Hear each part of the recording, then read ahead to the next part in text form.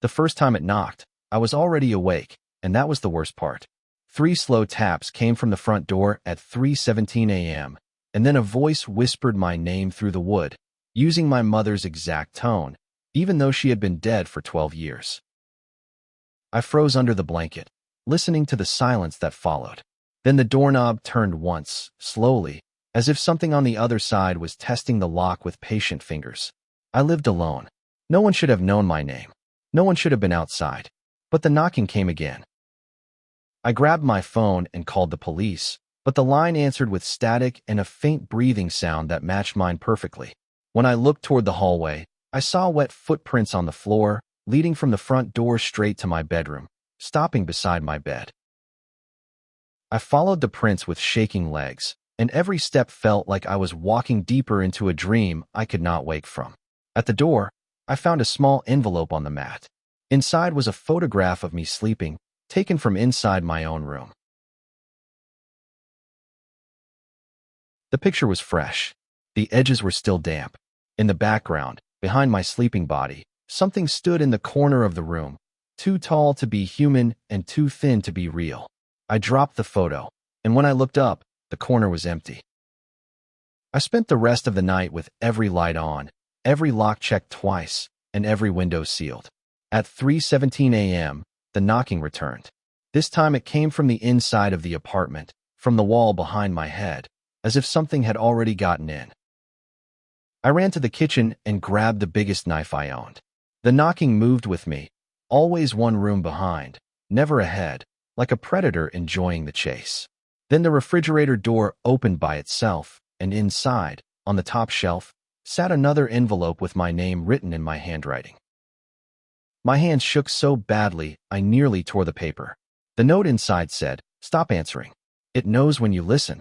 Below that was a second line, written in a different ink, saying, "You already answered the first night."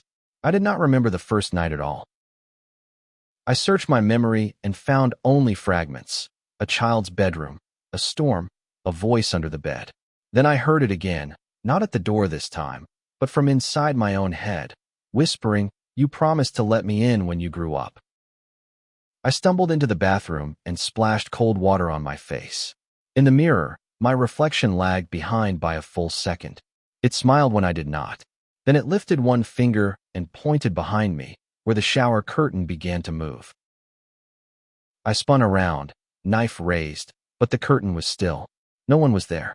When I looked back at the mirror, my reflection was gone entirely.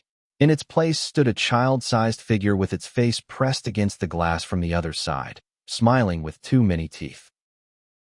I screamed and smashed the mirror with the knife handle. The glass shattered, but the sound that followed was not breaking. It was laughter, low and wet, coming from every shard on the floor. One piece reflected my bedroom door opening by itself, and something stepping through. I backed into the hallway and saw the apartment door wide open. Cold air poured in, carrying the smell of rain and soil. On the threshold stood a woman in a yellow raincoat, her face hidden by shadow. She raised one hand and said, "I'm here to bring you home." I should have run, but her voice sounded like safety wrapped around a blade. She stepped inside, and I saw that her shoes were soaked with black water. She looked at the envelope in my hand and whispered, "He is waking up faster than before." I asked who she was, and she answered with my childhood nickname, the one only my sister used.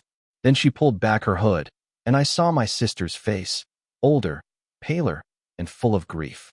She had been missing for 7 years, and she said I had to remember before midnight.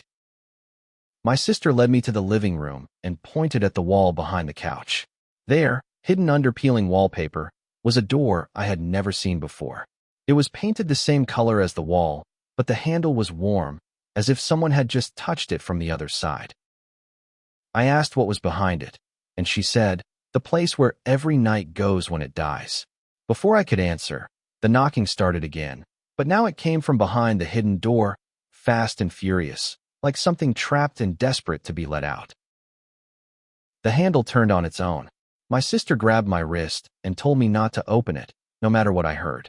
Then a child's voice came from the other side, crying for help in my own voice, and I felt my hand reaching for the handle without permission. I fought the urge and stepped away. The crying stopped instantly. In the silence, the hidden door began to breathe. The wallpaper around it bulged outward, then sank inward, as if something enormous was pressing against the other side, learning the shape of the room. My sister told me the truth in a whisper. When we were children, our parents had answered the knocking every night, believing it was a lost neighbor. One night they opened the door, and something came in wearing my face. Since then, it had been waiting for me to grow up. I remembered then, all at once.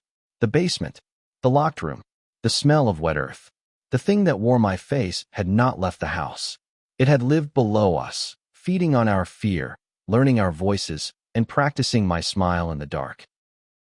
The hidden door burst open before I could move.